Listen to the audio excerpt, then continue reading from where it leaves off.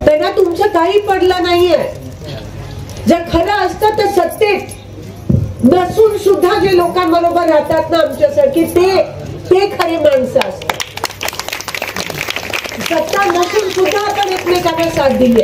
मी असं म्हणत नाही की मीच तुम्हाला दिली, तुम्ही पण मला साथ दिली.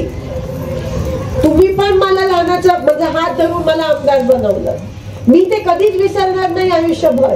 मी काय म्हणाली, माझं राजकारण सत्तेसाठी नाही आहे. मला त्याच्यात काही रसच नाही आहे की कोणाची नगर परिषद आणि कोणाची ग्रामपंचायत. मला चुकल्यासारखं वाटतं जेव्हा मी लोकांना भेटत नाही तेव्हा मला चुकल्यासारखं वाटतं. आज खरं तर आजची संध्याकाळ मला खुश वाटतंय, कारण का मी तुमच्यामध्ये आले. मी कालच पद्मजीला सांगितलं की उद्यापासून गाव भेटी घे. मला नाही जमत हे जुडवा जुडवी.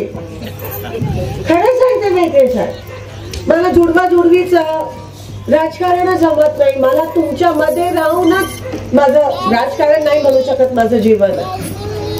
आणि हे मला असं वाटतं आता हे माणसातला माणूस शोधायची वेळ आली. तुम्ही बघितले भाजपचे दिवस, तुम्ही काँग्रेसचे पण दिवस बघितले. आता तुम्हाला माणसांमधला फरक कळायला पाहिजे. मी हात जोडून विनंती करते, नाहीतर आपण आपल्या मुलांचं भवितव्यच राहणार नाही. स्वतःच्या पायावर कुलाट मारून घेऊ नका. आम्हाला दिसतंय काय होतंय, आम्ही सगळीकडे फिरतोय.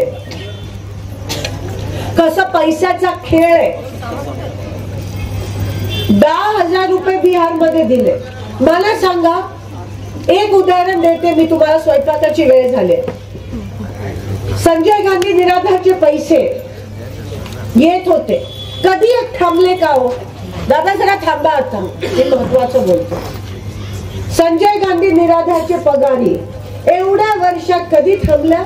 काँग्रेस सत्तेत असू देत नसू देत, सतत तुमच्या खात्यामध्ये संजय गांधी निराधारचा पगार आला.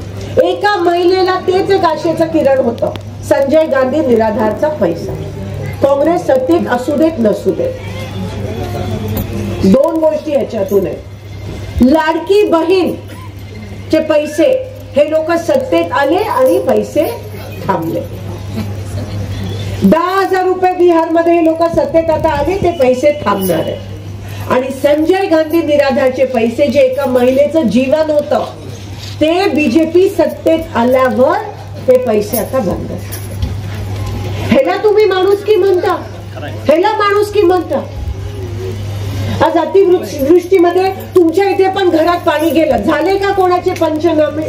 मिळाले का तुम्हाला 10,000 रुपये? अजून नाही मिळाले. मिळाले का सांगा मला कोणाचे? किती वर्ष बीजेपी सत्तेत? 10 वर्ष. एवढंच जर ह्याला करायचं होतं तर इकडे धडाधड पैसे द्यायला पाहिजे होते. कोल्हापूरच आहे, त्यांची सत्ता आहे ना. दिल्ली पासून गल्लीपर्यंत त्यांची सत्ता आहे. का नाही केलं कोल्हापूर? 10 वर्ष दिलेत आपण त्यांना. आम्ही 5 वर्षात ते करून दाखवलं जेव्हा आमची सत्ता होती. 10 वर्ष यांनी काही करून दिलं नाही आणि परत त्यांना तुम्ही 5 वर्ष दिली. हा फरक आहे. आणि हे मला सांगणं गरजेचं वाटतं. सत्तेसाठी नाही, पण अस्तित्वासाठी, तुमच्या भविष्यासाठी. भरकटून जाऊ नका व्हॉट्सअप युनिव्हर्सिटीवर. 4 दिन की चांदनी फिर अंधेरी रात. पैशासाठी हा सगळा खेळ चाललाय, तुमच्या सुख दुःखासाठी नाही.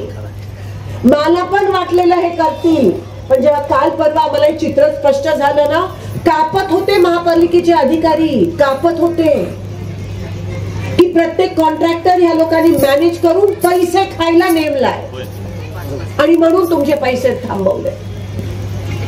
एवढं वाईट मी मान्य करते, काँग्रेसने काही जणांनी केलं असेल, पण एवढ्या खालच्या गलिच्छ पातळीला येऊन कधीच नाही.